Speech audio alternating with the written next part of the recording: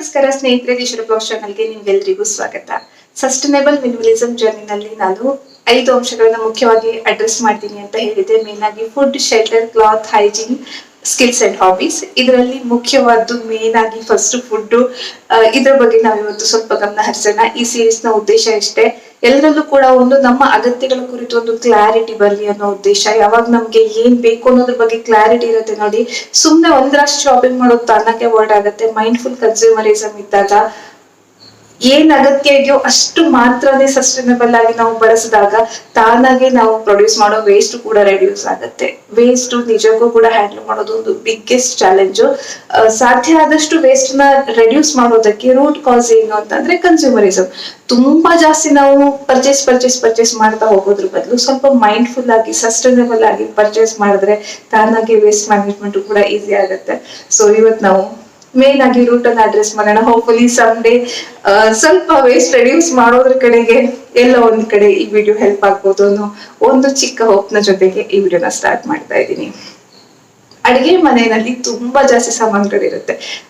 Minimalist ಆಗಿನೂ ಕೂಡ, ಇಷ್ಟು ವರ್ಷದಿಂದ ಮಿನಿಮಲಿಸ್ಟ್ ಆಗಿನೂ ಕೂಡ ನಮ್ಮ ಮನೆಯಲ್ಲೂ ಎಲ್ಲಾ ರೂಮ್ಸ್ಗಿಂತ ಜಾಸ್ತಿ ಸಾಮಾನು ಇರೋದು ಕಿಚನ್ ಅಲ್ಲೇನೆ. ಯಾಕೆಂದ್ರೆ ಕಿಚನ್ ನಾವು ತುಂಬಾ ಜಾಸ್ತಿ ಬಳಸ್ತೀವಿ, ತುಂಬಾ ವೆರೈಟೀಸ್ ಅಡಿಗೆಗಳನ್ನ ಮಾಡ್ತೀವಿ. ಹಾಗಾಗಿ ಕಿಚನ್ ನಲ್ಲಿ ಸಹಜವಾಗಿ ವಸ್ತುಗಳು ತುಂಬಾ ಜಾಸ್ತಿ ಇರುತ್ತೆ. ಆದ್ರೆ ಅದರಲ್ಲೂ ಕೂಡ ಸ್ವಲ್ಪ ನಾವು ಮೈಂಡ್ಫುಲ್ ಆಗಿದ್ರೆ ನಮಗ್ ಏನ್ ಅಗತ್ಯ ಇದೆ ಅಷ್ಟು ಮಾತ್ರ ಜೋಡಿಸ್ಕೊಂಡು ಈಸಿಯಾಗಿ ಕಿಚನ್ ಅನ್ನ ಕ್ಲೀನ್ ಆಗಿ ಮೇಂಟೈನ್ ಮಾಡ್ಕೊಂಡು ಹೋಗೋದು ಸಾಧ್ಯ ಆಗತ್ತೆ. ನಾವು ಯಾವ ತರದ ಅಡಿಗೆಗಳನ್ನ ಮಾಡ್ತೀವಿ, ಕಿಚನ್ ಒಂದು ಯುನಿಕ್ ಪ್ಲೇಸ್. ಇದ್ರಲ್ಲಿ ಏನ್ ಗೊತ್ತಾ, ಪ್ರತಿಯೊಂದು ಮನೆಯಲ್ಲೂ ಕೂಡ ಒಂದು ಯುನಿಕ್ ಫುಡ್ ಸ್ಟೈಲ್ ಇರುತ್ತೆ. ಕೆಲವರು ಖಾರ ತಿಂದ್ರೆ ಕೆಲವರು ಖಾರ ಕಮ್ಮಿ ತಿಂತಾರೆ, ಅಥವಾ ಇನ್ನೆಲ್ಲೋ ಒಂದ್ ಕಡೆ ಒಬ್ರು ಮನೆಯಲ್ಲಿ ರೈಸ್ ಜಾಸ್ತಿ ಬಳಸಿದ್ರೆ ಇನ್ನೊಬ್ರು ರಾಗಿನ ಜಾಸ್ತಿ ಬಳಸ್ತಾರೆ, ಇನ್ನೊಬ್ರು ಮನೆಯಲ್ಲಿ ಜೋಳದ ರೊಟ್ಟಿನ ಜಾಸ್ತಿ ಬಳಸಬಹುದು. ನಾವು ಯಾವ ರೀತಿ ಫುಡ್ ಸ್ಟೈಲ್ ಅನ್ನ ರೂಢಿ ಮಾಡ್ಕೊಂಡು ಬಂದಿದೀವಿ ನೋಡಿ, ಇದನ್ನ ಗಮನದಲ್ಲಿ ಇಟ್ಕೊಂಡು ನಾವು ಇಂಗ್ರೀಡಿಯೆಂಟ್ಸ್ ಇರ್ಬೋದು, ಯುಟೆನ್ಸಿಲ್ಸ್ ಇರ್ಬೋದು, ಪಾತ್ರೆ ಸಾಮಾನುಗಳನ್ನಿರ್ಬೋದು, ಪ್ರತಿ ಒಂದನ್ನು ನಮ್ಮ ಫುಡ್ ಸ್ಟೈಲ್ ಏನು ಅನ್ನೋದನ್ನ ಗಮನದಲ್ಲಿ ಇಟ್ಕೊಂಡು ನಾವು ಜೋಡಿಸ್ಕೊಳ್ತಾ ಹೋದ್ರೆ ಖಂಡಿತ ಒಂದು ಮೈಂಡ್ಫುಲ್ ಪರ್ಚೇಸ್ ಸಾಧ್ಯ ಆಗತ್ತೆ. ನಮ್ಗೆ ಏನ್ ಬೇಕು ಅನ್ನೋದ್ರ ಅರಿವು ನಮ್ಗಿರ್ಬೇಕು ಅಷ್ಟೇನೆ.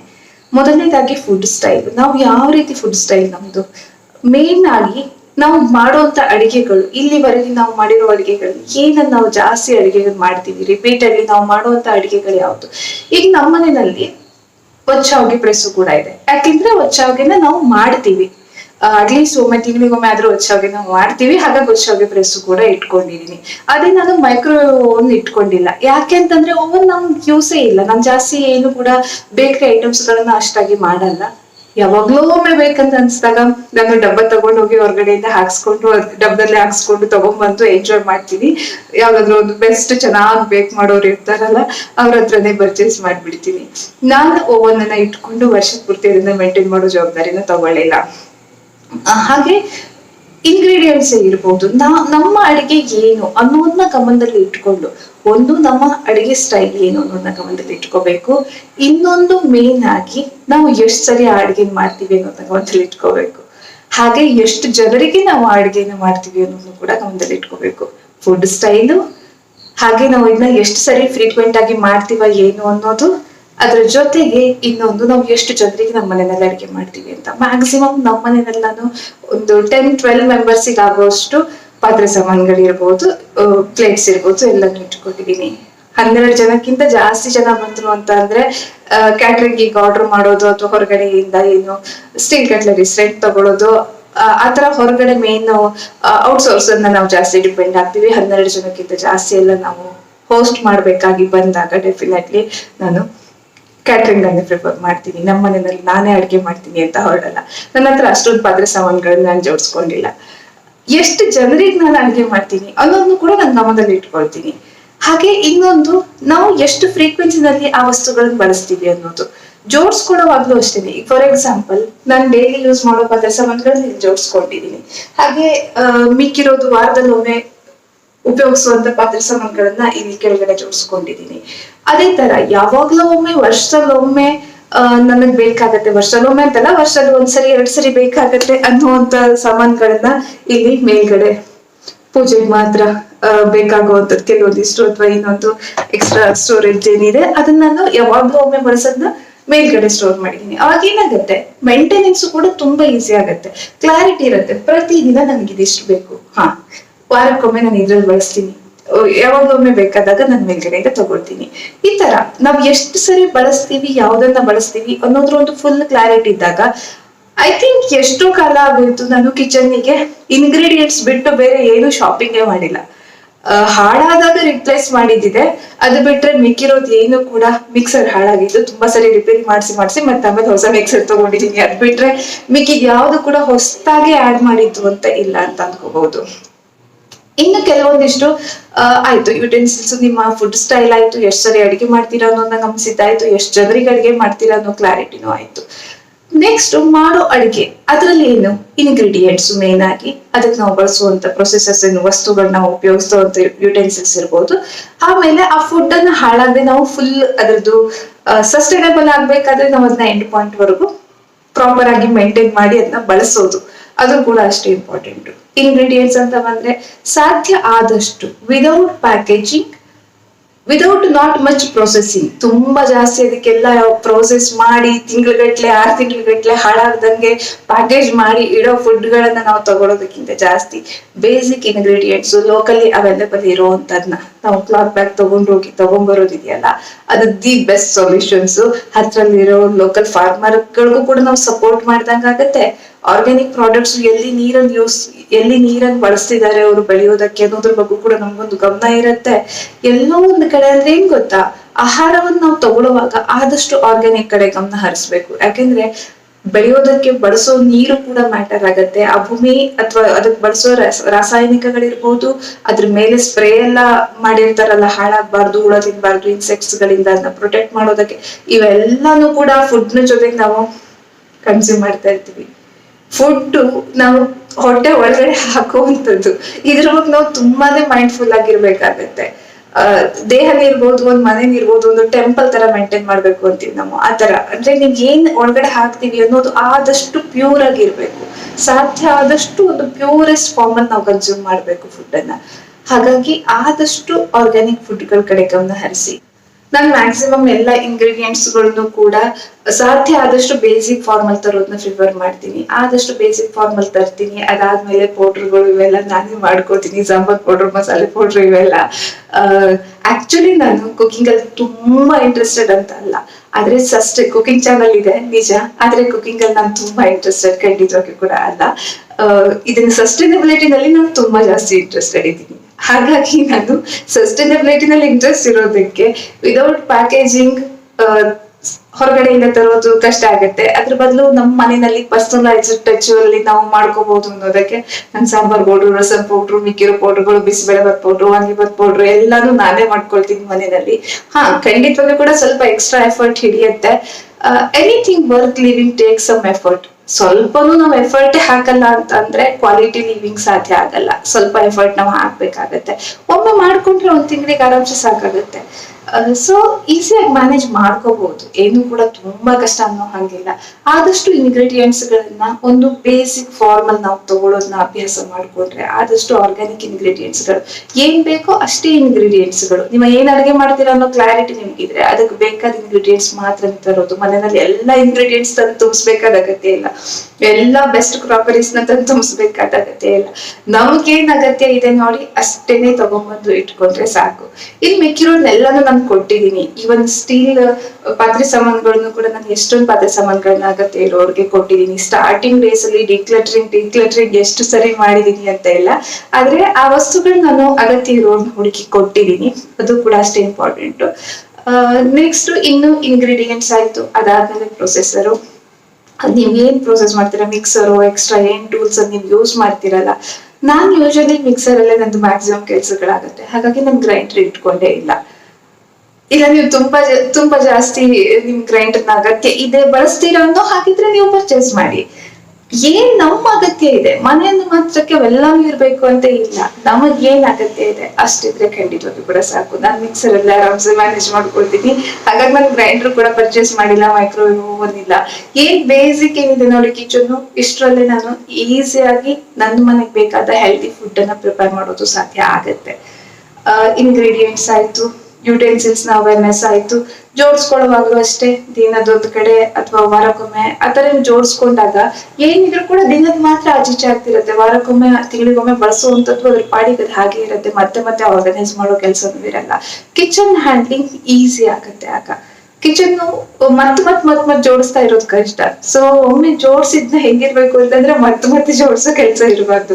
ಆ ತರ ನಾವು ಪ್ಲಾನಿಂಗ್ ಅಲ್ಲೇ ಪ್ರತಿಯೊಂದನ್ನು ಕೂಡ ನಾವ್ ಎಷ್ಟು ಸರಿ ಬಳಸ್ತೀವಿ ಇದನ್ನ ಅನ್ನೋದನ್ನ ಗಮನದಲ್ಲಿ ಇಟ್ಕೊಂಡು ನಾವು ಜೋಡಿಸ್ಕೊಂಡಾಗ ಏನಾಗುತ್ತೆ, ಈಸಿ ಆಗತ್ತೆ, ಹ್ಯಾಂಡ್ಲಿಂಗ್ ಈಸಿ ಆಗತ್ತೆ. ದಿನ ಬಳಸೋದು ಮಾತ್ರ ಮೆಸಪ್ ಆಗಲ್ಲ. ಜಸ್ಟ್ ಟಕ್ ಅಂತಂದ್ರೆ ಒಂದ್ 2 ನಿಮಿಷದಲ್ಲ ಜೋಡಿಸ್ಬಿಡ್ಬೋದು, ಏನು ಕಷ್ಟನೇ ಆಗಲ್ಲ. ಸೊ ಇದು ಮೇನು. ಇನ್ನೊಂದು, ನಾವು ರೆಡಿ ಮಾಡಿರೋ ಫುಡ್ ಅನ್ನ ಸಾಧ್ಯ ಆದಷ್ಟು ಹಾಳಾಗ್ದಿರೋ ಹಂಗೆ ನಾವು ಮ್ಯಾನೇಜ್ ಮಾಡಿ ಅದನ್ನ ಬಳಸಿ ಪೂರ್ತಿಯಾಗಿ ಖಾಲಿ ಮಾಡೋದನ್ನ ಅಭ್ಯಾಸ ಮಾಡ್ಕೋಬೇಕು. ಸ್ವಲ್ಪ ತಿನ್ನೋದು ಬೇಡೋದು ಮಿಕ್ಕಿದೆಲ್ಲ ಹಾಳು ಮಾಡೋದು ಅದಕ್ಕಿಂತ ನಾವಾದ್ರೂ ಬಳಸ್ಬೇಕು, ಇಲ್ಲ ಬಳಸೋರ್ಗಾದ್ರೂ ಕೂಡ ಕೊಡ್ಬೇಕು. ಫುಡ್ ಅನ್ನ ಖಂಡಿತವಾಗಿಯೂ ಕೂಡ ಹಾಳು ಮಾಡಬಾರ್ದು. ಯಾಕೆಂದ್ರೆ ಪ್ರತಿಯೊಂದು ಅನ್ನದ ಕಾಳು ಕೂಡ ಎಷ್ಟೋ ದೂರ ಟ್ರಾವೆಲ್ ಮಾಡಿ ಬಂದಿರುತ್ತೆ. ಅದ್ರ ಹಿಂದೆ ಎಷ್ಟೋ ಜನರ ಶ್ರಮ ಇರುತ್ತೆ. ನಾವ್ ಅದನ್ನ ದುಡ್ಡು ಕೊಟ್ಕೊಂಡಿದೀವಿ ಅಂತ ಮಾತ್ರಕ್ಕೆ ನಮ್ಗೆ ಡಿಸ್ರೆಸ್ಪೆಕ್ಟ್ ಮಾಡೋ ಯಾವ ರೈಟ್ಸ್ ಕೂಡ ಇಲ್ಲ. ಸೊ ಗ್ರಾಟಿಟ್ಯೂಡ್ ನ ಜೊತೆಗೆ ಆ ವಸ್ತುವಿನ ಒಂದು ಸಾರ್ಥಕ ಬಳಕೆ ಆಗ್ಬೇಕಾದ್ರೆ ಅದನ್ನ ನಾವು ಒಂದು ಮೈಂಡ್ಫುಲ್ನೆಸ್ ಜೊತೆಗೆ ಕನ್ಸ್ಯೂಮ್ ಮಾಡ್ಬೇಕು. ಹಾಳಾಗೋಕ್ಕಿಂತ ಮುಂಚೆ ಅದರ ಬಳಕೆ ಆಗ್ಬೇಕು. ಅದು ತುಂಬಾ ಮುಖ್ಯ. ಸ್ಟೋರ್ ಮಾಡೋ ಡಬ್ಬಿಗಳು, ಕೆಲವೊಂದಿಷ್ಟು ಪ್ಲಾಸ್ಟಿಕ್ ಡಬ್ಬಿಗಳು ಇನ್ನೂ ಕೂಡ ಇದೆ, ಇಲ್ಲ ಅಂತ ಅನ್ನಲ್ಲ ನಾನು. ಆದ್ರೆ ಏನಂದ್ರೆ ಇವಾಗ ಇದೆಲ್ಲ ಗ್ಲಾಸ್ನ ಜಾರ್ಸ್ಗಳು ಕೆಲವೊಂದಿಷ್ಟೆಲ್ಲ ಅವ್ರಿಗೆ ಇದು ತುಪ್ಪ, ದೇಸಿ ಹಸುನ್ ತುಪ್ಪ ನಾವು ತಗೊಂಡ್ ಬರುವಾಗ ಬಂದಿರೋ ಜಾರ್ಸ್ಗಳು, ಅದನ್ನ ನಾನು ರಿಯೂಸ್ ಮಾಡಿರ್ತೀನಿ. ಸಾಧ್ಯವಾದಷ್ಟನ್ನ ಚೇಂಜ್ ಮಾಡ್ತಾ ಇದ್ದೀನಿ. ಇನ್ನು ಕೂಡ ಕಂಪ್ಲೀಟ್ ಪ್ಲಾಸ್ಟಿಕ್ ಫ್ರೀ ಕಿಚನ್ ಆ ತರ ಆಗಿಲ್ಲ. ಕೆಲವೊಂದಿಷ್ಟು ಇದೆ. ಡ್ರೈ ಐಟಮ್ಸ್ ಗಳನ್ನ ನಾನು ಪ್ಲಾಸ್ಟಿಕ್ ಇದ್ರಲ್ಲಿ ಕೆಲವೊಂದಿಷ್ಟರಲ್ಲಿ ಸ್ಟೋರ್ ಮಾಡಿ ಇಟ್ಟಿದ್ದೀನಿ. ಗ್ರಾಜುವಲಿ ಆಗತ್ತೆ. ಒಮ್ಮೆಗೆ ಕಂಪ್ಲೀಟ್ಲಿ ನಾವು 100% ಸಸ್ಟೈನಬಲ್ ಕಿಚನ್ ಅಲ್ಲ, ಆದ್ರೆ ಅಟ್ಲೀಸ್ಟ್ ಪ್ರಯತ್ನದಲ್ಲಂತೂ ಇದೀನಿ. ಒಂದು 80% ಅಂತೂ ಸಾಧ್ಯ ಆಗತ್ತೆ ಮ್ಯಾನೇಜ್ ಮಾಡೋದು. ಇನ್ನು ಉಳಿದಿರೋ ಫುಡ್ ಅಂತೂ ಖಾಲಿ ಮಾಡಿರ್ತೀವಿ. ಜೊತೆಗೆ ನೆಕ್ಸ್ಟ್ ಬರೋ ಪ್ರೋಸೆಸ್ ತರಕಾರಿ ಸಿಪ್ಪೆಗಳು ಅದೆಲ್ಲ ಕಾಂಪೋಸ್ಟ್ ಆಗತ್ತೆ. ಸೊ ಕಿಚನ್ ಏನಿದೆ ನೀಟಾಗಿ ಸಾರ್ಟ್ ಮಾಡಿ ಇಟ್ಟಿರ್ತೀನಿ. ಕಿಚನ್ ವೇಸ್ಟ್ ಕಾಂಪೋಸ್ಟ್ ಆಗುತ್ತೆ. ತರಕಾರಿ ಸಿಪ್ಪೆಗಳೆಲ್ಲ ಕಾಂಪೋಸ್ಟಿಂಗ್ ಹೋಗುತ್ತೆ. ತೆಂಗಿನಕಾಯಿ ಚಿಪ್ಪೆ ಏನಿದೆ ಅದನ್ನ ಸ್ಟೋರ್ ಮಾಡಿ ಸಪರೇಟ್ ಆಗಿ ನಾನು ಒಲೆ ಒರೆಸೋರ್ಗೆ ಅಗತ್ಯ ಇರೋರ್ಗೆ ಕೊಡ್ತೀನಿ.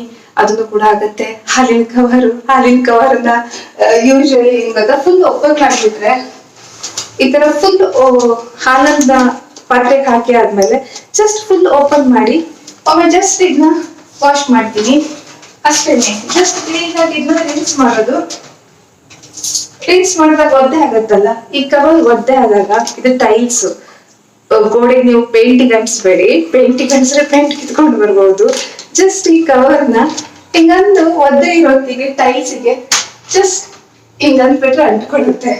ಆಮೇಲೆ ಒಣಗಿದ ನಂತರ ಮಾನವಿಯನ್ನು ನೋಡಿ ಒಣಗಿದ ತಕ್ಷಣ ಈಸಿಯಾಗಿ ಬರುತ್ತೆ. ಜಸ್ಟ್ ಕ್ಲೀನ್ ಆಗಿ ಡ್ರೈ ಆಗಿ ಒಣಗಿರುತ್ತೆ. ಆಮೇಲೆ ಇದು ಸ್ಟೋರ್ ಮಾಡಿ ಜಸ್ಟ್ ನೀಟಾಗಿ ಒಂದು ಕವರ್ ಅಲ್ಲಿ ಹಾಕಿ ಸ್ಟೋರ್ ಮಾಡಿ ರೀಸೈಕ್ಲಿಂಗ್ ಕೊಡ್ಬೋದು. ಸೊ ಇದು ಟೈಲ್ಸ್ ಆಗಿರೋದ್ರಿಂದ ನಾನು ಈ ತರ ವಾಲಿಗೆ ಅಂಟಿಸಿರ್ತೀನಿ. ಏನು ಕೂಡ ಅದು ಕಟ್ಕೊಳಲ್ಲ. ಒಂಚೂರು ಏನಾದ್ರು ಅಂಟಿದ್ರು ಕೂಡ ಒರೆಸಿದ ತಕ್ಷಣ ಹೋಗ್ಬಿಡುತ್ತೆ ಕ್ಲೀನ್ ಆಗಿ. ಹಾಲಿನ ಕವರ್ನ ಸಾಧ್ಯ ಆದಷ್ಟು ಪ್ಯಾಕೇಜ್ ಫ್ರೀ ಆಗಿ ತರೋದಕ್ಕೆ ಪ್ರಯತ್ನ ಮಾಡ್ತೀನಿ. ಇನ್ನು ಕೆಲವೊಂದಿಷ್ಟು ಪ್ಯಾಕೇಜ್ ಫ್ರೀ ಆಗ್ಲಿಲ್ಲ ಅಂತ ಆದಾಗ ಸಾಧ್ಯ ಆದಷ್ಟು ರೀಸೈಕಲ್ ಮಾಡೋದಕ್ಕೆ ಟ್ರೈ ಮಾಡ್ತೀನಿ. BBMP ಅವ್ರು ಕೊಟ್ಬಿಟ್ರೆ ಆಯ್ತು, ಅವ್ರು ನೋಡ್ಕೋತಾರೆ ಜವಾಬ್ದಾರಿನ ಅಂತಂದ್ರೆ ಅವ್ರು ಪ್ರತಿಯೊಂದು ಹಾಲ್ ಕವರ್ ಅನ್ನು ಕುತ್ಕೊಂಡು ವಾಶ್ ಮಾಡಿ ಮಾಡೋದು ಕಷ್ಟ ಆಗತ್ತೆ ಪ್ರಾಕ್ಟಿಕಲಿ. ಅದ್ರ ಬದಲು ನಾವೇ ಆ ಜವಾಬ್ದಾರಿ ತಗೊಂಡ್ರೆ ಯೂಶಲಿ ವೈಟ್ ರೈಸ್ ನಂದೇನು ಕೂಡ ಮನೆಯಿಂದ ಆಚೆ ಹೋಗೋದು ತುಂಬಾ ರೇರು. ಆಲ್ಮೋಸ್ಟ್ 80-90% ಕಾಂಪೋಸ್ಟ್ ಆಗುತ್ತೆ.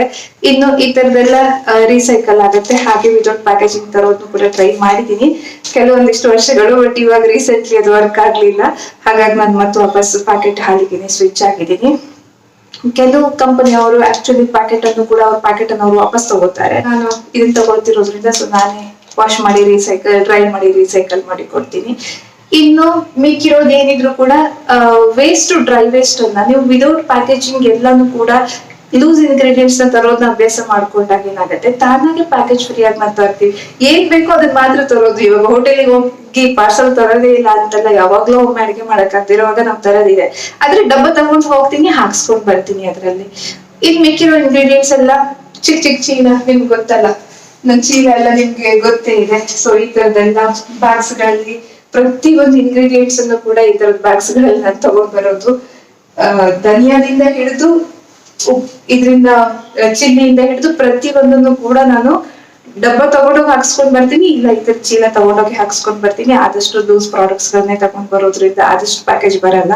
ಒಂದ್ ತಿಂಗಳಲ್ಲಿ ಒಂದು ಡಸ್ಟ್ಬಿನ್, ಇಲ್ಲ ಇಡೀ ಒಂದ್ ತಿಂಗಳಲ್ಲಿ 2 ಸರಿ ನಾನು ಡಸ್ಟ್ಬಿನ್ ಫುಲ್ ಆಗಿ ನಾನು ಹಾಕ್ತೀನಿ. ಚಿಕ್ಕ ಡಸ್ಟ್ಬಿನ್ ಆಲ್ಮೋಸ್ಟ್ 1 ಮಂತ್ ಅಲ್ಲಿ 1 ಬಿನ್ ಅಥವಾ 2 ಬಿನ್ಸ್ ಡ್ರೈ ವೇಸ್ಟ್ ಪ್ರೊಡ್ಯೂಸ್ ಆಗುತ್ತೆ ನಮ್ಮ ಮನೆಯಲ್ಲಿ. ಅದಕ್ಕಿಂತ ಜಾಸ್ತಿ ಏನು ಕೂಡ ಕಸ ಅಂತ ನಾವು ಆಚೆ ಕೊಡೋದಕ್ಕೆ ಇರಲ್ಲ. ಸಾಧ್ಯ ಆಗತ್ತೆ, ಎಲ್ಲರೂ ಕೂಡ ಸ್ವಲ್ಪ ಕಾನ್ಶಿಯಸ್ ಆದ್ರೆ ಸಾಕು, ಎಷ್ಟೋ ವೇಸ್ಟ್ ನಾವು ರೆಡ್ಯೂಸ್ ಮಾಡೋದಕ್ಕೆ ಸಾಧ್ಯ. ಸೊ ಫುಡ್ ನ ಬಗ್ಗೆ ಸಾಕಷ್ಟು ಪಾಯಿಂಟ್ಸ್ ಅನ್ನು ಕವರ್ ಮಾಡಿದೀನಿ ಅಂತ ಅಂದ್ಕೊಳ್ತೀನಿ. ಹಾಗೆ ಅದಾದ್ಮೇಲೆ ನೆಕ್ಸ್ಟ್ ಪಾತ್ರೆ ತೊಳೆಯೋಕೆ ಅಂತ ಬಂದಾಗ ತೆಂಗಿನಾರು ಕೆಲವೊಮ್ಮೆ ಯೂಸ್ ಮಾಡ್ತೀನಿ. ಆದ್ರೆ ತೆಂಗಿನಾರು ಕೆಲವೊಮ್ಮೆ ಸಿಂಕ್ ಬ್ಲಾಕ್ ಆಗುತ್ತೆ ಅನ್ನೋದಕ್ಕೋಸ್ಕರ ನಾನು ಇದನ್ನ ಲೂಫನ್ನ ಯೂಸ್ ಮಾಡ್ತೀನಿ. ಏನಂತಾರೆ, ಹೀರೆಕಾಯಿದು ನಾರು ಇರುತ್ತಲ್ಲ, ಅದು ಒಮ್ಮೆಗೆ ನಂಗೆ ಲೋಕಲ್ಗೆ ಅವೈಲಬಲ್ ಇರಲ್ಲ ಇದು. ಹಾಗಾಗಿ ನಾನೊಂದು 10-15 ಪೀಸ್ ಒಟ್ಟಿಗೆ ತರಿಸ್ಕೊಂಡ್ಬಿಟ್ಟಿರ್ತೀನಿ. ಆದಷ್ಟು ಟ್ರಾನ್ಸ್ಪೋರ್ಟೇಷನ್ ಅಲ್ಲೂ ಕೂಡ ಸಾಕಷ್ಟು ವೇಸ್ಟ್ ಜನರೇಟ್ ಆಗುತ್ತೆ. ಹಾಗಾಗಿ ಸಾಧ್ಯ ಆದಷ್ಟು 10 ಮಿನಿಟ್ಸ್ ಡೆಲಿವರಿನ ನಾನು ಇವತ್ತಿನವರೆಗೂ ಕೂಡ ನಾನು ಸ್ವಿಗ್ಗಿ ಝೊಮ್ಯಾಟೊ ಆಗ್ಲಿ 10 ಮಿನಿಟ್ಸ್ ಡೆಲಿವರಿ ಆಗ್ಲಿ ಯಾವ್ದನ್ನು ಕೂಡ ಯೂಸ್ ಮಾಡಿಲ್ಲ. ಒಮ್ಮೆ ಮಾತ್ರ ಅಮೆಝಾನ್ ನಂಗೆ ಹೊಸದಾಗಿ ಬಂದಾಗ ಗೊತ್ತಾಗದೆ ಬುಕ್ ಆಗ್ಬಿಟ್ಟಿತ್ತು ಅಷ್ಟೇನೆ. ಅದು ಒಂದೇ ಒಂದು ಫಸ್ಟ್ ಅಂಡ್ ಲಾಸ್ಟ್. ನಾನು ಯಾವತ್ತೂ ಕೂಡ 10 minutes delivery urgent immediate prefer ಮಾಡಲ್ಲ. ಸಾಧ್ಯ ಆದಷ್ಟು ನಾನೇ ಅಂಗಡಿಗೆ ಹೋಗಿ ತಗೊಂಡ್ ಬರೋದನ್ನ ಪ್ರಿಫರ್ ಮಾಡ್ತೀನಿ. ಡಿಶ್ ವಾಶ್ ಮಾಡಕ್ಕೆ ಸ್ಕ್ರಬ್ಬರಿಗೆ ಅದನ್ನ ಯೂಸ್ ಮಾಡ್ತೀನಿ. ಇದು ಅಂಟ್ವಾಳ್ಕಾಯಿ ಮತ್ತೆ ನಿಂಬೆ ಹಣ್ಣನ್ನ ಕುದಿಸಿ ಲಿಕ್ವಿಡ್ ಅನ್ನು ರೆಡಿ ಮಾಡಿ ಇಟ್ಕೊಂಡಿರ್ತೀನಿ. 1 ವಾರ 15 ದಿನಕ್ಕಾಗತ್ತೆ. ಒಮ್ಮೆ ಒಂದ್ಸರಿ ನಾನು ನೀಟ್ ಕುದಿಸಿ ರೆಡಿ ಮಾಡಿ ಇಟ್ಕೊಂಡ್ರೆ ನೀರಿದು ಅಂಟ್ವಾಳ್ಕಾಯಿ ನಿಂಬೆ ಹಣ್ಣು 2 ಹಾಕಿರೋದ್ರಿಂದ ಸ್ಮೆಲ್ ಚೆನ್ನಾಗಿರುತ್ತೆ. ನೋಡಿ, ಪಾತ್ರೆ ಏನಾದ್ರು ಗಲೀಜ್ ಅನ್ಸುತ್ತೆ ನಿಮ್ಗೆ? ಖಂಡಿತವಾಗ್ಲೂ ಕೂಡ ಇಲ್ಲ, ಚಕ ಚಕ ಅಂತಾನೆ ಇರುತ್ತೆ. ಅಂಟ್ವಾಳ್ಕಾಯಿ ನಿಂಬೆ ಹಣ್ಣು ಇವೆರಡನ್ನೇ ನೀರಲ್ಲಿ ಕುದಿಸ್ಬಿಟ್ಟು ಚೆನ್ನಾಗಿ ಆರದ್ಮೇಲೆ ಸೋಸಿ ಇಟ್ಕೊಂಡಿರ್ತೀನಿ. ಇದನ್ನ ನಾನು ಪಾತ್ರೆ ತೊಳೆಯೋದಕ್ಕೆ ಯೂಸ್ ಮಾಡೋದು. ಇನ್ನು ಅಕ್ವಾಗಾರ್ಡ್ ವಾಟರ್ ಏನಿದೆ ಅದನ್ನ ಪಾತ್ರೆನಲ್ಲಿ ಸ್ಟೋರ್ ಮಾಡಿ ಇಟ್ಟಿರ್ತೀವಿ. ಅದನ್ನ ಯೂಶುವಲಿ ನಾವು ಇಂಡಿಯನ್ ಟಾಯ್ಲೆಟ್ ಯೂಸ್ ಮಾಡ್ತೀವಿ, ಇಲ್ಲಾಂದ್ರೆ ಗಿಡಗಳಿಗೆ ಹಾಕೋದಕ್ಕೆ ಯೂಸ್ ಮಾಡ್ತೀವಿ, ಇಲ್ಲ ಏನಾದ್ರೂ ಹೊರಗಡೆ ತೊಳೆಯೋದಿದ್ರೆ ಮಾಡೋದಿದ್ರೆ ಅದಕ್ಕೆ ಏನಾದ್ರು ಯೂಸ್ ಮಾಡ್ತೀವಿ. ಸೊ ಅಕ್ವಾಗಾರ್ಡ್ ವಾಟರ್ ಕಂಟಿನ್ಯೂಸ್ಲಿ ಅದು ಫುಲ್ ಆಗ್ತಿದೆ ತಗೊಂಡೋಗಿ ಬಕೆಟಿಗೆ ಹಾಕಿರ್ತೀವಿ, ಯೂಸ್ ಆಗತ್ತೆ. ಸಾಧ್ಯ ಆದಷ್ಟು ಎಲ್ಲೂ ಕೂಡ ಏನು ವೇಸ್ಟ್ ಆಗ್ದಿರೋ ಹಾಗೆ. ಇನ್ ಹಣ್ಣು ತರಕಾರಿ ಅವೆಲ್ಲ ಏನಿದೆ ಸಾಧ್ಯ ಆದಷ್ಟು ಚೀಲದಲ್ಲಿ ಹೋಗಿ ಕೆಲವೊಂದಿಷ್ಟು ನಾನು ಮನೇಲೆ ಬೆಳ್ಕೊಳ್ತೀನಿ. ಕರಿಬೇವು, ಪುದೀನ, ಕೊತ್ತಂಬರಿ ಇದೆಲ್ಲ ನಮ್ಮ ಮನೆಯಲ್ಲೇ ನಾನು ಬೆಳ್ಕೊಳ್ತೀನಿ. ಸಾಧ್ಯ ಆದಷ್ಟು ಕರಿಬೇವು ಅಂತೂ ನಾನು ಹೊರಗಡೆಗೆ ತರೋ ಅಗತ್ಯ ಬರಲ್ಲ. ಇನ್ನು ಮಿಕ್ಕಿರೋ ತರಕಾರಿಗಳನ್ನ ಈ ಚೀಲ ಎಲ್ಲ ಎಷ್ಟು ವರ್ಷದಿಂದ ಬಳಸ್ತಾ ಇದ್ದೀನಿ. ಇದೇ ಸೇಮ್ ಚೀಲ ನಾನು ಎಷ್ಟು ವರ್ಷದಿಂದ ಬಳಸ್ತಾ ಇದ್ದೀನಿ. ಚೀಲ ತಗೊಂಡು ಹೋಗಿ ಹಾಕ್ಸ್ಕೊಂಡ್ ಬರೋದು. ಏನು ಹಣ್ಣಿಗೆ, ತರಕಾರಿಗೆ, ಹೂವ ಏನಾದ್ರು ತರಬೇಕಾಗಿ ಬಂದ್ರೆ ಎಲ್ಲದಕ್ಕೂ ಚೀಲ ತಗೊಂಡೆ ಹೋಗ್ತೀವಿ. ಕ್ಲಾತ್ ಬ್ಯಾಗು ರೀಸೈಕಲ್ ಆಗುತ್ತೆ ಅನ್ನೋದಕ್ಕೆ ನಾವು ಮತ್ತೆ ಮತ್ತೆ ಪರ್ಚೇಸ್ ಮಾಡಿದ್ರೆ ಖಂಡಿತವಾಗ್ಲೂ ಕೂಡ ಅದು ಸಸ್ಟೈನಬಲ್ ಅಲ್ಲ. ಅದಕ್ಕೂ ಕೂಡ ಸಮ್ ರಿಸೋರ್ಸಸ್ ಯೂಸ್ ಆಗುತ್ತೆ. ಇರೋ ಬ್ಯಾಗ್ ಅನ್ನೇ ತಗೊಂಡ್ ಹೋಗಿ ಅದರಲ್ಲೇ ಹಾಕ್ಸ್ಕೊಂಡ್ ಬರೋದೇನೆ ಸಸ್ಟೈನಬಲ್ ಆಪ್ಷನ್ಸ್. ಹೇಗೂ ಪ್ಲಾಸ್ಟಿಕ್ ಕವರ್ ಎಲ್ಲ ಕ್ಲಾತ್ ಬ್ಯಾಗ್ ಅಲ್ಲಿ ಕೊಡ್ತಿದ್ದಾರೆ ತಾನೆ ಅಂತ ಅಂದ್ಕೊಂಡ್ರೆ ಖಂಡಿತವಾಗ್ಲೂ ಕೂಡ ಮುಂದೊಂದಿನ ಆ ವೇಸ್ಟ್ ಅನ್ನು ಕೂಡ ನಾವು ಹ್ಯಾಂಡಲ್ ಮಾಡೋದ್ರಲ್ಲಿ ನಾವು ಆಗ್ತಾ ಬರುತ್ತೆ. ಆದಷ್ಟು ಜಸ್ಟ್ ಮೈಂಡ್ ಸೆಟ್ ನಾವು ಚೇಂಜ್ ಮಾಡ್ಕೋಬೇಕಾಗಿರೋದಷ್ಟೇ. ಸಾಕಷ್ಟು ವೇಸ್ಟ್ ಅನ್ನ ಜಸ್ಟ್ ಒಂದು ಕ್ಲಿಕ್ ಅಲ್ಲಿ ನೀವು ರೆಡ್ಯೂಸ್ ಮಾಡ್ಬೋದು. ಒಂದ್ ಸರಿ ನಿಮ್ ಮೈಂಡ್ ಸೆಟ್ ಚೇಂಜ್ ಮಾಡ್ಕೋಬೇಕಾಗಿರೋದು ಕಾನ್ಶಿಯಸ್ ಆಗ್ಬೇಕು. ಪಾತ್ರೆ ತೊಳೆಯುವಾಗ್ಲೇನೆ ಜೋರಾಗಿ ನೀರ್ ಬಿಟ್ಕೊಂಡು ತೊಳೆಯೋದ್ರ ಬದಲು ಸ್ವಲ್ಪ ಸಣ್ಣಗ್ ನೀರ್ ಬಿಟ್ಕೊಂಡು ಸಣ್ಣ ನೀರಲ್ಲೇ ನಾವು ಪಾತ್ರೆ ತೊಳೆಯೋದು ಅಷ್ಟೇ. ಜಸ್ಟ್ ಅ ಸ್ಮಾಲ್ ಚೇಂಜ್, ಅಲ್ಲಿಗೆ ಎಷ್ಟು ನೀರ್ ಸೇವ್ ಆಗತ್ತೆ ಹೇಳಿ. ಸೊ ಇದೆಲ್ಲ ಒಂದು ಲರ್ನಿಂಗ್ ಪ್ರೋಸೆಸ್. ನಿಧಾನಕ್ಕೆ ಒಂದೊಂದಾಗಿ ಬದಲಾಯಿಸ್ಕೊಳ್ತಾ ಬನ್ನಿ. ಯೂಸ್ ಮಾಡೋ ಸ್ಕ್ರಬ್ಬರ್ ಇಂದ ಹಿಡಿದು ಪಾತ್ರೆ ತೊಳೆಯೋ ವೇ ಇಂದ ಹಿಡಿದು ಬಳಸೋ ಏನ್ ಹೇಳಿ ಪದಾರ್ಥಗಳನ್ನ ನಾವು ಪರ್ಚೇಸ್ ಮಾಡೋ ವೇ ಇಂದ ಹಿಡಿದು ಆಮೇಲೆ ಅದನ್ನ ಡಿಸ್ಕಾರ್ಡು ಹಸಿ ಕಸನ ನಾವು ಕೊಡೋದ್ರ ಬದಲು ಕಾಂಪೋಸ್ಟ್ ಮಾಡೋದ್ರಿಂದ ಹಿಡಿದು ಎಲ್ಲಾನು ಕೂಡ ಸಾಧ್ಯ ಆಗತ್ತೆ. ತುಂಬಾ ಏನ್ ಎಫರ್ಟು ಈಗೇನು ಇಡೀ ದಿನ ಇದೇ ಕೆಲಸ ಆಗುತ್ತೆ ಅನ್ನೋಂಗಿಲ್ಲ. ಒಮ್ಮೆ ಅಭ್ಯಾಸ ಆಗ್ಬಿಟ್ರೆ ಇವಾಗ ನಂಗೆ ಇದೆಲ್ಲ ಏನೋ ಒಂದ್ ದೊಡ್ಡ ಕೆಲಸ ಅಂತಾನೆ ಅನ್ಸಲ್ಲ. ಇಂಟ್ರೆಸ್ಟ್ ಇರ್ಬೇಕು ಅಷ್ಟೇನೆ. ನಿಮ್ಗೆ ಇಂಟ್ರೆಸ್ಟ್ ಇದ್ರೆ ಏನ್ ಹೇಳಿ ಸಸ್ಟೈನೇಬಲ್ ಮಿನಿಮಲಿಸಮ್ ಫುಡ್ ಅಲ್ಲೂ ಕೂಡ ಸಾಧ್ಯ ಆಗತ್ತೆ. ಇನ್ನು ತಿನ್ನೋ ಆಹಾರನ ಸಾಧ್ಯ ಆದಷ್ಟು ನಾವು ಶುದ್ಧವಾಗಿ ಇಟ್ಕೊಂಡಾಗ ಒಂದು ಇಂಟರ್ನಲ್ಲಿ ನಾವು ಏನು ಎವ್ರಿಥಿಂಗ್, ಇವಾಗ ಬರೀ ತಿನ್ನೋ ಆಹಾರ ಅಂತ ಮಾತ್ರಕ್ಕೆ ಬರೀ ಆಹಾರ ಮಾತ್ರ ಅಲ್ಲ. ಇವಾಗ ನಾವು 5 ಸೆನ್ಸಸ್ ಅಲ್ಲಿ ಏನೆಲ್ಲ ಕನ್ಸ್ಯೂಮ್ ಮಾಡ್ತೀವೋ ಎಲ್ಲಾನು ಫುಡ್ಡೇನೆ. ನಾವು ನೋಡೋದಿರ್ಬೋದು, ಕೇಳೋದಿರ್ಬೋದು, ಫೀಲ್ ಮಾಡೋದಿರ್ಬೋದು, ಎಲ್ಲಾನು ಒಂಥರ ಬಾಡಿ ಫುಡ್ ತರಾನೇ. ಆದ್ರೆ ಏನಂದ್ರೆ ಮೇನ್ ಆಗಿ ಇವತ್ತು ನಾನು ತಿನ್ನೋ ಆಹಾರದ ಬಗ್ಗೆ, ಡೈರೆಕ್ಟ್ ಆಗಿ ನಾವು ಬಾಯಿಂದ ತಿನ್ನೋ ಆಹಾರದ ಬಗ್ಗೆ ನಾನು ಮಾತಾಡ್ತಾ ಇದ್ದೀನಿ. ಸಾಧ್ಯ ಆದಷ್ಟು ಆರ್ಗ್ಯಾನಿಕ್ ಹೆಲ್ದಿನ ನಾವು ಪ್ರಿಫರ್ ಮಾಡ್ತಾ ಹೋದ್ರೆ ಲಾಂಗ್ ರನ್ ಅಲ್ಲಿ ನಾವು ಕೂಡ ಸಸ್ಟೈನ್ ಆಗೋದು ಸಾಧ್ಯ ಆಗತ್ತೆ ಹೆಲ್ದಿಯಾಗಿ. ಇನ್ನು ಅದಾದ್ಮೇಲೆ ಮತ್ತೂ ಕೂಡ ಕಾಯಿಲೆಗಳು ಬಂದ್ರೆ ತಿನ್ನೋ ಮೆಡಿಸಿನ್ಸ್ ಇರ್ಬೋದು, ಮೆಡಿಸಿನ್ಸ್ ಅನ್ನು ಕೂಡ ಸಾಧ್ಯ ಆದಷ್ಟು ಒಂದು ಸೈಡ್ ಎಫೆಕ್ಟ್ಸ್ ಇಲ್ಲದೆ ಇರುವಂತದ್ನ ನಾವು ಚೂಸ್ ಮಾಡಿದ್ರೆ, ನಾನು ಪರ್ಸನಲಿ ಇದು ನನ್ನ ಪರ್ಸನಲ್ ಚಾಯ್ಸು. ಪರ್ಸನಲಿ ನಾವು ಆಯುರ್ವೇದಿಕ್ ಪ್ರಿಫರ್ ಮಾಡ್ತೀವಿ. ನಮ್ಮ ಮನೆಯಲ್ಲಿ ನನಗೆ ಮಕ್ಕಳಿಗೆ ಹುಟ್ಟಿದಾಗಿಂದನೂ ಕೂಡ ಒಂದು ವ್ಯಾಕ್ಸಿನೇಷನ್ಸ್ ಒಂದು ಹೊರಗಡೆ ಹಾಕ್ಸ್ಬಿಟ್ರೆ ಮಿಕ್ಕಿದೆಲ್ಲದಕ್ಕೂ ನಾವು ಆಯುರ್ವೇದಿಕ್ಕೇನೆ, ಚಿಕ್ಕಂದಿಂದನೇ ಮಕ್ಕಳಿಗೂ ಕೂಡ ಆಯುರ್ವೇದಿಕ್ ಸೆಟ್ ಆಗಿ ಹೋಗಿದೆ. ನಾವು ಕೂಡ ಆಯುರ್ವೇದಿಕ್ಕೇನೆ ಜಾಸ್ತಿ ಪ್ರಿಫರ್ ಮಾಡೋದು. ಸೊ ಇನ್ನು ಡಾಕ್ಟ್ರೇನೆ ಏನಾದ್ರೂ ಬೇರೆ ಸಜೆಸ್ಟ್ ಮಾಡಿದ್ದಾಗ ತಗೊಂಡಿರ್ಬೋದು, ಬಿಟ್ರೆ ಇಲ್ಲ ಅಂದ್ರೆ ಮ್ಯಾಕ್ಸಿಮಮ್ ಆಯುರ್ವೇದಿಕ್ ಪ್ರಿಫರ್ ಮಾಡ್ತೀವಿ. ಅದು ನಮ್ಮ ಪರ್ಸನಲ್ ಚಾಯ್ಸು. ಹಾಗೆ ನೀವು ಏನೇ ತಗೊಳ್ಳಿ, ಆದ್ರೆ ನಿಮ್ಮ ಬಾಡಿನಲ್ಲಿ ನೀವು ಏನನ್ನ ಹಾಕ್ತಾ ಇದ್ದೀರಾ ಅನ್ನೋದ್ರ ಬಗ್ಗೆ ಗಮನ ಇರ್ಲಿ. ಆದಷ್ಟು ಸ್ಟೆರಾಯ್ಡ್ಸ್ ಅವೆಲ್ಲ ಅವಾಯ್ಡ್ ಮಾಡಿ ಸಾಧ್ಯ ಆದಷ್ಟು ಹೆಲ್ದಿ ವೇಯಲ್ಲೇನೆ ಬಾಡಿನ ಮೇಂಟೈನ್ ಮಾಡ್ಕೊಳ್ತಾ ಹೋದ್ರೆ ಲಾಂಗ್ ರನ್ ಅಲ್ಲಿ ನಿಜಕ್ಕೂ ಕೂಡ ಒಂದು ಎಲ್ಲಾ ರೀತಿಯಿಂದಲೂ ನಾವು ಸಸ್ಟೈನ್ ಆಗೋದು ಸಾಧ್ಯ ಆಗತ್ತೆ. ಸೊ ಫುಡ್ ನ ಬಗ್ಗೆ ಸಾಕಷ್ಟು ಕವರ್ ಮಾಡಿದೀನಿ ಅಂತ ಅಂದ್ಕೊಂಡಿದೀನಿ. ಇನ್ನು ಏನಾದ್ರು ಡೌಟ್ಸ್ ಇತ್ತು ಅಂತಂದ್ರೆ ನೀವು ಕಾಮೆಂಟ್ ಸೆಕ್ಷನ್ ಅಲ್ಲಿ ಕೇಳಬಹುದು ಡೀಟೇಲ್ ಆಗಿ. ಹಿಟ್ಟನ್ನ ಗಿರಣಿನಲ್ಲಿ ಹಾಕ್ಸ್ಕೊಂಡ್ ಬರ್ತೀನಿ, ಮಿಕ್ಕಿರೋ ಇಂಗ್ರೀಡಿಯೆಂಟ್ಸ್ ಆಸಿಡೀಸ್ ಸಿಗುತ್ತೆ. ಕೆಲವೊಂದಿಷ್ಟು ಇನ್ನು ಪ್ಯಾಕೇಜಿಂಗ್ ತಗೊಳ್ತಾ ಇದ್ದೀನಿ, ಮೇನ್ಲಿ ಜೀರಿಗೆ, ಸಾಸಿವೆ ಆ ತರದ್ದು. ಕೆಲವೊಂದಿಷ್ಟು ನಮ್ಮ ಮನೆ ಹತ್ರ ಎಲ್ಲೂ ಲೂಸ್ ಪ್ರಾಡಕ್ಟ್ಸ್ ಗಳು ಸಿಗಲ್ಲ ನನಗೆ. ತುಂಬಾ ದೂರಿಂದ ಟ್ರಾವೆಲ್ ಮಾಡಿ ಬಂದ್ರೆ ಅಗೇನ್ ಅಲ್ಲೂ ಕೂಡ ಪೊಲ್ಯೂಷನ್ ಕ್ರಿಯೇಟ್ ಆಗಿರುತ್ತೆ ಅಂತ ನಂಗೆ ಅನ್ಸುತ್ತೆ. ಹಾಗಾಗಿ ನಾನು ಆದಷ್ಟು ಲೋಕಲಿ ಅವೈಲಬಲ್ ಇರುವಂತದ್ನ ಜಾಸ್ತಿ ಪ್ರಿಫರ್ ಮಾಡ್ತೀನಿ. ಸೊ ಫುಡ್ ನ ಬಗ್ಗೆ ಇಷ್ಟು ಕವರ್ ಮಾಡಿದ್ದಾಯ್ತು. ನೆಕ್ಸ್ಟ್ ಇನ್ನು ಶೆಲ್ಟರ್ ಇರೋ ಮನೆ ಬಗ್ಗೆ ಕೆಲವೊಂದಿಷ್ಟು ಅಂಶಗಳನ್ನ ನಾವು ನೆಕ್ಸ್ಟ್ ವಿಡಿಯೋದಲ್ಲಿ ನೋಡೋಣ. ಹಾಗೆ ನೀವೇನಾದ್ರೂ ಎಕ್ಸ್ಟ್ರಾ ಫಾಲೋ ಮಾಡ್ತಿದ್ರೆ ಖಂಡಿತ ಕಾಮೆಂಟ್ ಸೆಕ್ಷನ್ ತಿಳಿಸಿ. ನಾನು ಕೂಡ ನಿಮ್ಮಿಂದ ಕಲಿಯೋದಕ್ಕೆ ರೆಡಿ ಇದ್ದೀನಿ. ಜೊತೆಗೆ ಕಲಿತಾ ಸಾಗೋಣ. ಸಾಧ್ಯ ಆದಷ್ಟು ನಮ್ಮ ಭೂಮಿನ ಉಳಿಸ್ಕೊಂಡು ಹೋಗೋಣ. ಇವತ್ತಿಗೆ ಇಲ್ಲಿಗೆ ಕ್ಲೋಸ್ ಮಾಡೋಣ. ಸಿಗೋಣ ಮುಂದಿನ ವಿಡಿಯೋದಲ್ಲಿ. ಅಲ್ಲಿವರೆಗೆ ಧನ್ಯವಾದ.